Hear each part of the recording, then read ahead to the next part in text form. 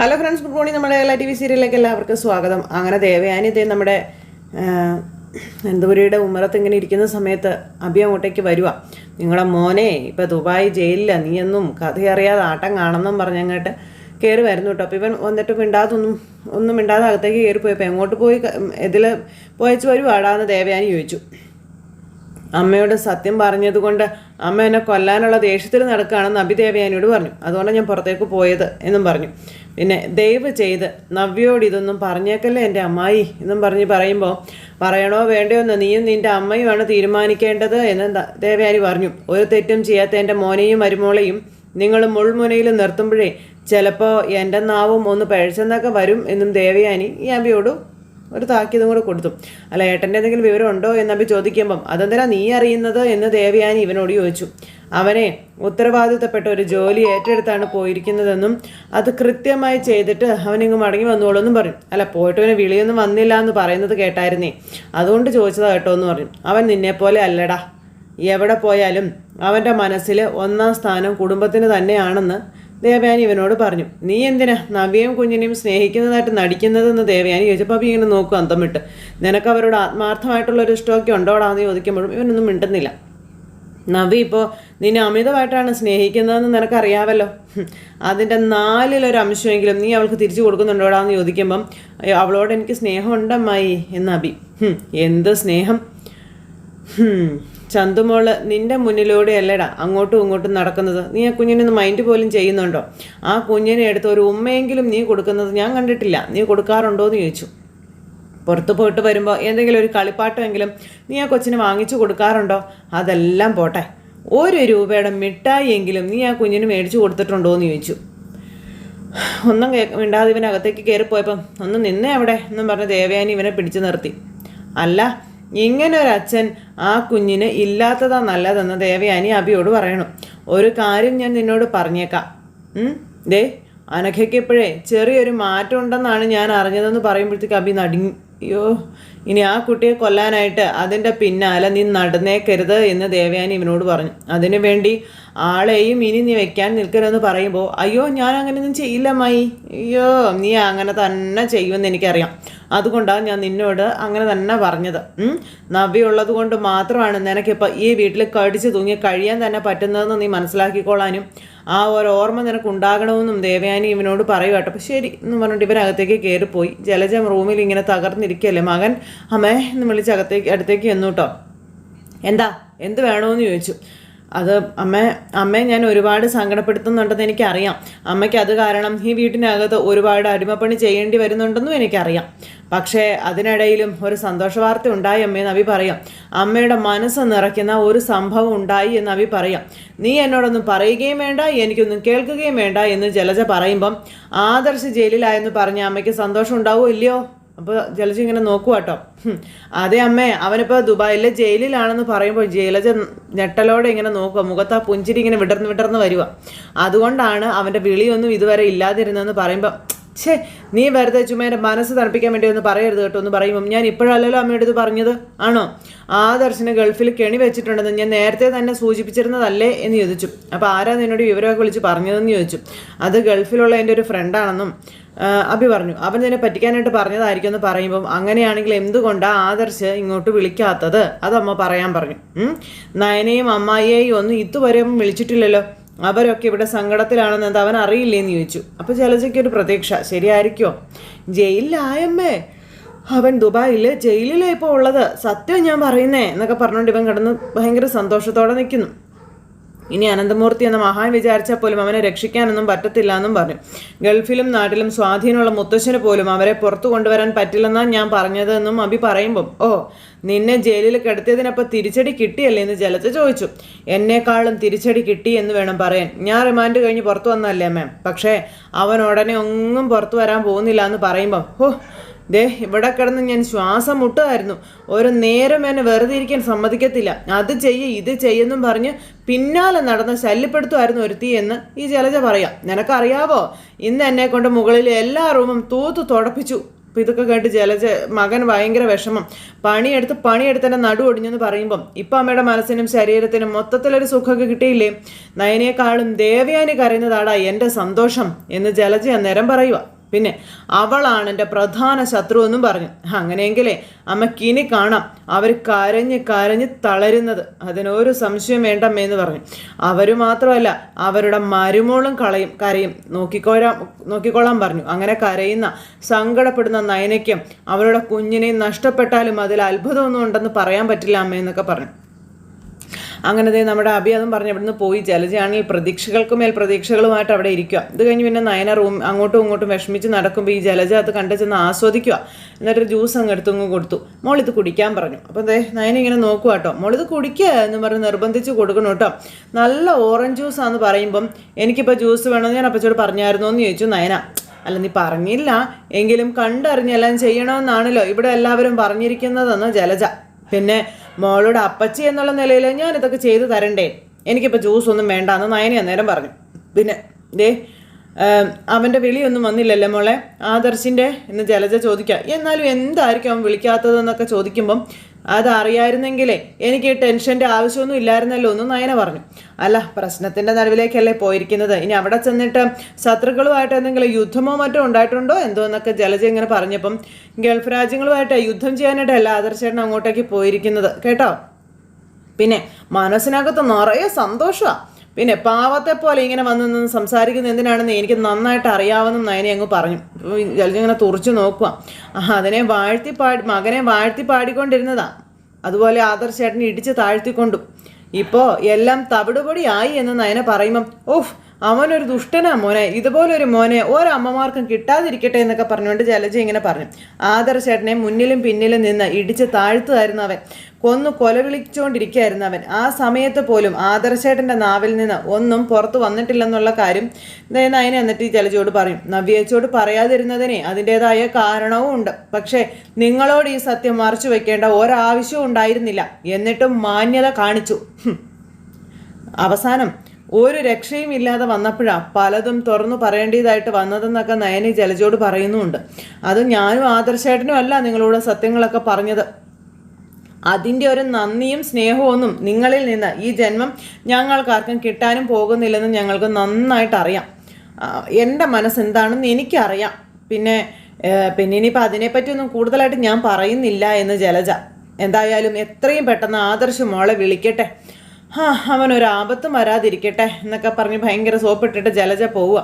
അപ്പോൾ നിന്റെ കെട്ടിയവനവിടെ ജയിലിലാടി. അവനെപ്പറ്റി ആലോചിച്ച് നിന്നെ ചക്രശ്വാസം വലിപ്പിക്കുന്ന കാര്യം ഞാൻ ഏറ്റടി. നിനക്കും നിന്റെ അമ്മായിയമ്മയ്ക്കും അമ്മയ്ക്കും ഒക്കെ കിട്ടാൻ പോകുന്നതേ ഉള്ളൂ. നീയൊക്കെ കരഞ്ഞു കൂവി ഒരു മൂലയ്ക്ക് ഇരിക്കുന്നത് എനിക്ക് കാണാനും പറ്റുവടി എന്നൊക്കെ പറഞ്ഞ് ജലജ അവിടെ നിന്ന് അങ്ങോട്ടേക്ക് പോവുക. ജലജ അങ്ങ് പോകുന്നത് നോക്കി നയന ഇങ്ങനെ അവിടെ നിൽക്കുന്നു. നയനയ്ക്കാണെങ്കിൽ ഭയങ്കര സങ്കടമാട്ടോ.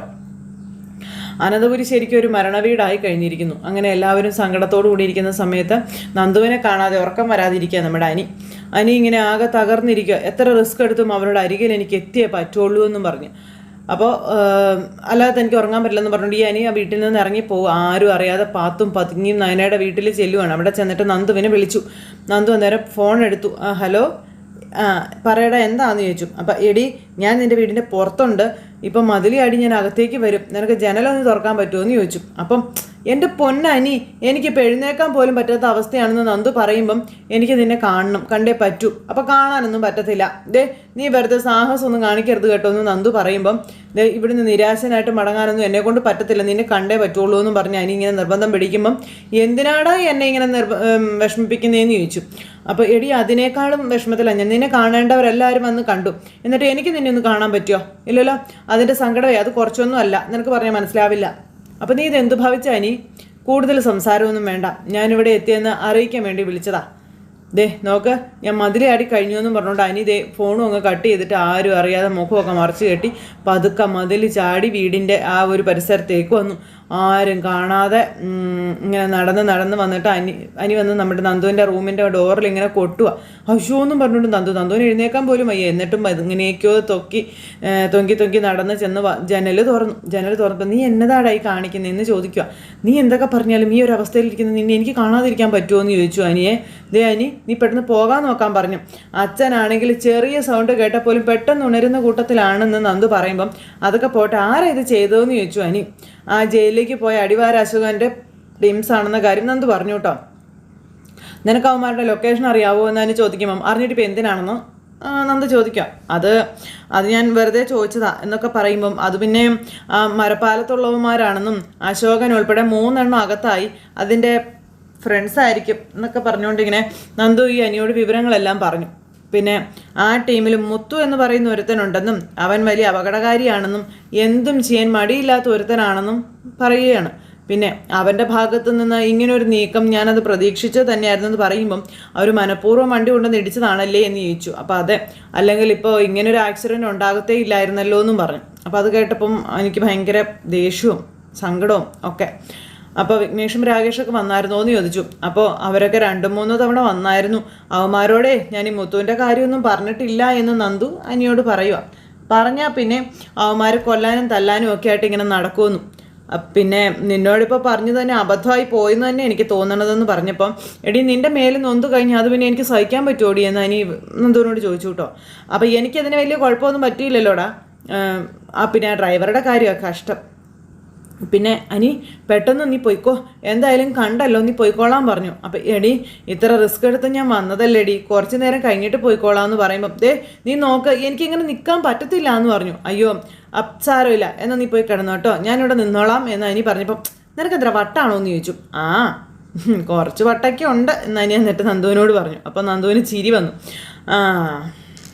എന്നും പറഞ്ഞ് 2 പേരും കൂടെ അങ്ങനെ കുറേ നേരം അങ്ങോട്ടും ഇങ്ങോട്ടും നോക്കിയൊക്കെ നിന്നു.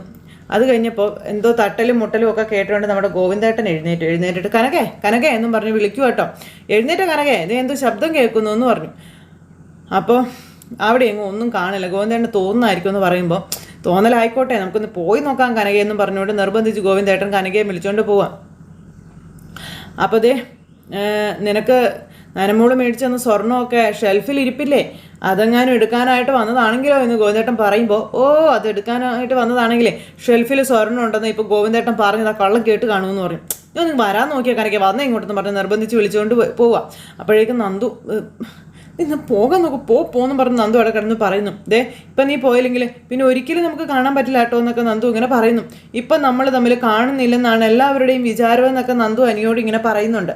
നീ രാത്രി വന്നത് അച്ഛനും അമ്മയും അറിഞ്ഞാലേ അത് നിൻ്റെ വീട്ടിലും വലിയ വിഷയമാകും, പോടാ എന്നും പറഞ്ഞുകൊണ്ട് ഇങ്ങനെ അനിയെ ഒരു തരത്തിൽ നന്ദു അവിടെ നിന്ന് ഓടിച്ചു വിട്ടു. നന്ദു ആണ് പേടിച്ച് വിറച്ചെന്നിട്ട് പതുക്കെ കട്ടിലേൽ വന്നിങ്ങനെ ഇരിക്കുവാണ്. അങ്ങനെ കട്ടിലേൽ വന്നിരുന്നിട്ട് ടെൻഷൻ അടിച്ച് വല്ലാത്തൊരവസ്ഥയിൽ ഇങ്ങനെ ഇരിക്കുക.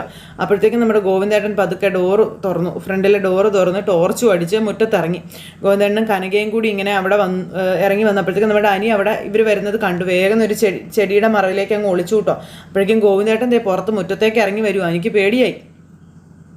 അനിയാണെന്നുണ്ടെങ്കിൽ പേടിച്ച് വിറച്ച് ഇങ്ങനെ ഒരു മൂലയിലേക്ക് മാറി നിൽക്കും. ഈ സമയത്ത് നമ്മുടെ നന്ദുവിന് അതിനേക്കാളും വലിയ ടെൻഷൻ, ഇവനെ അവർ കണ്ടു കാണുമോ പോയി കാണുമോ എന്നൊക്കെയുള്ളൊരു ഒരു ഇതിലേ. അപ്പോൾ നന്ദു വന്നിട്ട് കിടക്കാൻ വയ്യാതെ പതുക്കെ അവിടെ നിന്ന് എഴുന്നേറ്റ് ഡോറ് തുറന്ന് നോക്കുവാണ് അച്ഛനും അമ്മയും എങ്ങാനും അവിടെ നിൽപ്പുണ്ടോ എന്നൊക്കെ. എന്നിട്ട് പതുക്കെ ഡോറ് തുറന്നു നോക്കിയതിന് ശേഷം ഡോർ അടച്ചു. അത് കഴിഞ്ഞിട്ട് വന്ന് കിടന്നു. സമയത്താണെങ്കിൽ ഗോവിന്ദേട്ടനും അതുപോലെ കനകയും കൂടെ അതിലെല്ലാം നോക്കും. അനിയെ കാണുന്നില്ല. അനിയാണെങ്കിൽ ഇവർ കാണല്ലേ എന്നുള്ള രീതിയിൽ ഇങ്ങനെ നിൽക്കുവാണ്. പെട്ടെന്ന് ടോർച്ചിൻ്റെ വെട്ടി ഈ അനി ഇരിക്കുന്ന ഭാഗത്തേക്ക് വന്നപ്പോഴത്തേക്കും ഈ അനി എന്നാ ചെയ്തു, ചാടി തുള്ളി അകത്തേക്ക് കയറിപ്പോയി. അതായത് നന്ദുവിൻ്റെ മുറിയിലേക്ക് പോകാൻ വേണ്ടി ഓടി റൂമിലേക്ക് കയറിപ്പോയി. എന്നിട്ട് വീടിനകത്ത് കയറിയിട്ട് നേരെ നന്ദുവിൻ്റെ റൂം ലക്ഷ്യമാക്കി അങ്ങനെ അങ്ങ് പോവുക. എന്നിട്ട് റൂമിൻ്റെ അവിടെ ചെന്നിട്ട് നന്ദുവിൻ്റെ റൂമിൽ ചെന്ന് കൊട്ടി കഴിഞ്ഞപ്പോഴത്തേക്കും നമ്മുടെ നന്ദു വന്ന് ഡോർ ഇങ്ങനെ തുറന്നു.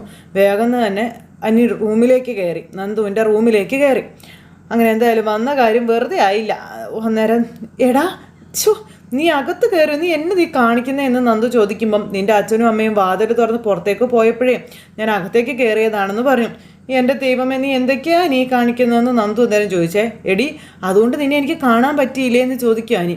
എടാ അച്ഛനും അമ്മയും ഇങ്ങോട്ട് വന്നു കഴിഞ്ഞാൽ എന്താ സംഭവിക്കാമെന്നൊന്നും പറയാൻ പോലും പറ്റില്ല കേട്ടോ അനിയെന്നും പറഞ്ഞുകൊണ്ട് നന്ദു അനിയോട് ദേഷ്യപ്പെട്ടു. അച്ഛനും അമ്മയും പുറത്തേക്ക് പോയത് വീട്ടിനകത്ത് കള്ളം കയറിയെന്ന് പറഞ്ഞിട്ടായിരിക്കും. എൻ്റെ ദൈവമേ ഇനിയിപ്പോൾ അയൽക്കാരെയൊക്കെ വിളിച്ചു കൂട്ടിയാൽ നീ എങ്ങനെ പുറത്ത് കിടക്കൂടാ എന്ന് അനിയോട് നന്ദു ചോദിച്ചു. അങ്ങനെയാണെങ്കിൽ ഞാൻ അകത്തിരുന്നോളാവെന്ന് പറഞ്ഞു അനി. നീ എന്തൊക്കെയാണ് നീ പറയുന്നേ, നിനക്ക് എന്നാ പറ്റിയെന്ന് ചോദിച്ചു നന്ദു. എന്തായാലും ഞാൻ അകത്ത് കയറി പോയില്ലേടി, എൻ്റെ അച്ഛനും അമ്മയും പുറത്തേക്ക് പോയതുകൊണ്ട് എനിക്കിപ്പോൾ പുറത്തോട്ട് ഇറങ്ങാനും പറ്റാത്ത അവസ്ഥയാണെന്ന് പറയുമ്പം ഇല്ല നീ എങ്ങനെയെങ്കിലും പുറത്തേക്ക് പോയേ പറ്റുള്ളൂ എന്ന് പറഞ്ഞു. എടി ഞാൻ എങ്ങനെ പുറത്തേക്ക് പോകണമെന്നാണ് നീ പറയുന്നേ? അപ്പോൾ എന്തിനാണ് എന്നെ കൊലയ്ക്ക് കൊടുക്കാനായിട്ട് ഇങ്ങോട്ട് വന്നതെന്ന് ചോദിക്കുമ്പം പക്ഷെ നീ പേടിക്കാതെ നന്ദു, ഇനിയിപ്പോൾ ആരെങ്കിലും വന്നാലേ ഞാൻ ഈ കട്ടിൻ്റെ അടിയിൽ ഒളിച്ചോളാമെന്ന് പറഞ്ഞു അനി. അപ്പോൾ എത്ര സമയം നീ ഇങ്ങനെ ഒളിച്ചിരിക്കൂടാ? അപ്പോൾ എടി അവർ ഉറങ്ങിക്കഴിഞ്ഞിട്ട് ഞാൻ പോയിക്കോളാം, നീ ചുമ്മാ ടെൻഷൻ അടിക്കണ്ട. എടാ വീട്ടിനകത്ത് കള്ളൻ കയറിയെന്ന് അറിഞ്ഞാൽ പുറത്തുള്ളവർ വീട്ടിൽ ആര് വരുന്നു പോകുന്നു എന്നൊക്കെ ശ്രദ്ധിക്കത്തില്ലേ എന്ന് നന്ദു ചോദിച്ചു. ഓ പിടിക്കപ്പെടുന്നെങ്കിൽ അങ്ങ് പിടിക്കപ്പെടട്ടെ എന്നും പറഞ്ഞുകൊണ്ട് അനി ഇങ്ങനെ ഭയങ്കര ഇതോടുകൂടി നമ്മുടെ നന്ദുവിനോട് സംസാരിച്ചുകൊണ്ടിരിക്കുക. നന്ദു ഇത് കേട്ട് പേടിച്ച് വിറച്ചിരിക്കുകയാണ്. എന്തായാലും നന്ദുവിനൊരു ഇടിവെട്ട് പണി ഉറപ്പാ. അങ്ങനെ ആദർശിൻ്റെ കാര്യം അറിഞ്ഞ് അനന്തപുരി മരണവീടായി എല്ലാവരും തകർന്ന് തരിപ്പണമായിട്ടിരിക്കുന്ന ഈ ഒരു സമയത്ത് അവിടെ നമ്മുടെ നന്ദുവും അനിയും കൂടെ കാട്ടിക്കൂട്ടുന്ന പരാക്രമങ്ങൾ എന്ന് പറഞ്ഞാൽ ആർക്കും സഹിക്കാൻ പറ്റുന്ന കാര്യങ്ങളല്ല. ഇനിയിപ്പോൾ അനി നന്ദുവിൻ്റെ റൂമിനകത്തുണ്ടെന്ന് 10 പേർ അറിഞ്ഞു കഴിഞ്ഞാൽ അവിടെയും തീർന്നു കാര്യങ്ങൾ. അപ്പോൾ അങ്ങനെയൊക്കെ ഒരുപാട് കാര്യങ്ങളൊക്കെ പറഞ്ഞുകൊണ്ട് നമ്മുടെ നാളത്തെ കഥയും വരുന്നുണ്ട്. അപ്പോൾ ആരും തന്നെ മിസ് ചെയ്ത് കളയാതെ എല്ലാവരും കാത്തിരുന്ന് കാണണം കേട്ടോ. അപ്പോൾ എല്ലാവർക്കും നല്ലൊരു ദിവസം ആശംസിക്കുകയാണ്. എല്ലാവരും തരുന്ന സപ്പോർട്ടിനും സ്നേഹത്തിനും ഒരുപാട് നന്ദി ഹൃദയത്തിൻ്റെ ഭാഷയിൽ അറിയിക്കുന്നു. അടുത്ത സൂപ്പർ ഹിറ്റ് കഥയുമായി കാണുന്നത് വരെ എല്ലാവർക്കും നന്ദി. See again, take care, bye bye, Tata.